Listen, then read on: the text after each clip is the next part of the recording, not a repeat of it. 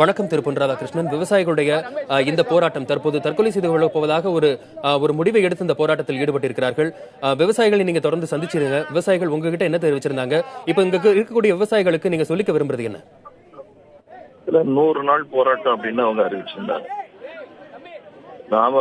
நமக்கு தகவல் தெரிஞ்ச உடனடியே அவங்கள்ட்ட தொலைபேசி மூலமா தான் பேசினேன். டெல்லிக்கு நான் போன உடனடியாவே அவங்கள போய் பார்த்தேன். அவங்க அழைச்சிட்டு போய் அமைச்சர்களை பார்க்கறதுக்கு சொல்லியிருந்தேன். அவங்க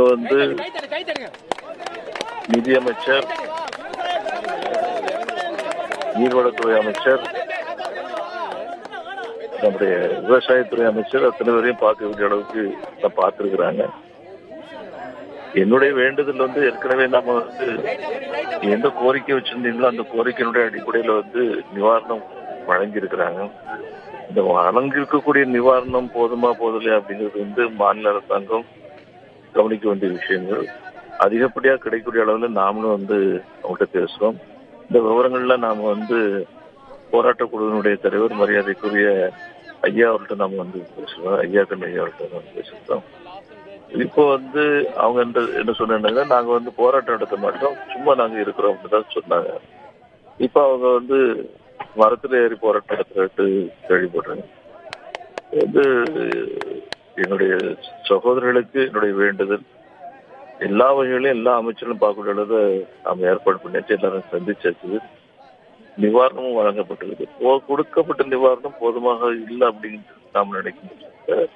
தமிழக அரசாங்கத்துடைய சார்பில்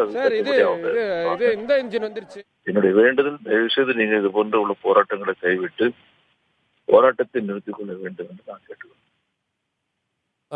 என்ன உறுதிமொழிகளை மீண்டும் அழுத்தமா அந்த விவசாயிகளுக்கு கொடுக்கறதுக்கு நீங்க விரும்புறீங்க? என்ன அவங்க கேட்டாங்களோ அது அவ்வளவுமே நாம பண்ணிடுறோம். சில விஷயங்கள் தற்கொலை சம்பந்தப்பட்ட, விவசாயிகளுடைய தற்கொலை சம்பந்தப்பட்ட விஷயங்கள் மாநில அரசாங்கத்திலிருந்து அறிக்கை கொடுத்தால்தான் அதுக்கு தக்கபடி அவங்க நடவடிக்கை எடுக்கணும். மத்திய அரசாங்கம் நடவடிக்கை, கடனை தள்ளுபடி செய்ய வேண்டும், வறட்சி நிவாரண நிதி கூடுதலாக வழங்க வேண்டும் அப்படிங்கிற மாதிரியான கோரிக்கைகள் முன் வச்சிருந்தாங்க. இதை நீங்க மீண்டும் மத்திய அரசு வலியுறுத்த வாய்ப்பு இருக்கா? இது மாநில அரசாங்கம் செய்ய வேண்டிய விஷயம். ஏற்கனவே அவங்க இப்ப ஆந்திரால 2000 சில்லற கோடி ரூபாய் மாவட்டங்களுக்கு வறட்சி நிவாரணம் கேட்டிருந்தாங்க. ஏறக்குறைய 500 கோடி ரூபாய் கொடுத்திருக்கிறாங்க. நமக்கு 32 மாவட்டங்கள்ல வறட்சி அமைப்பு கேட்டுக்கிறாங்க. 39,000 கோடி ரூபாய் கேட்டுக்கிறாங்க. அதுல நம்ம மாநில அரசாங்கத்தினுடைய அதிகாரிகள் எப்படி ஆய்வு செய்யறாங்களோ அதே போல மத்திய அரசாங்கத்தினுடைய அதிகாரிகளும் ஆய்வு செய்வாங்க. அது சார்ந்துதான் இது போல உள்ள விஷயங்கள் முடிவெடுப்பாங்க.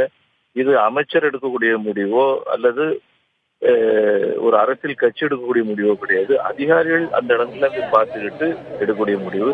இப்படித்தான் முடிவு எடுக்கணும்னு சொல்லக்கூடிய அளவுக்கு அரசாங்கம் கட்டாயமா இருக்காது. அது எந்த மாநிலத்திலையும் கிடையாது, தமிழ்நாட்டிலையும் கிடையாது.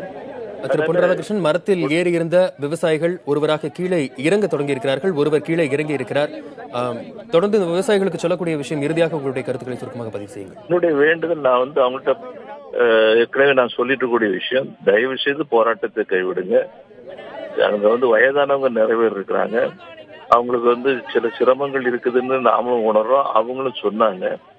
நாம போராட்டத்தை கைவிட்டு நீங்க போங்க, தேவை 4 பேர் 5 பேரை உட்காருங்க, அதுல அதிகாரிகளை பாக்குறது அல்லது அமைச்சர்களை பாக்குறது இதுக்கெல்லாம் நாம ஏற்பாடு பண்ணோம். ஆனா எல்லா அமைச்சரையும் நாம பார்க்க வச்சுட்டோம், யாரையுமே பார்க்காம இல்லை.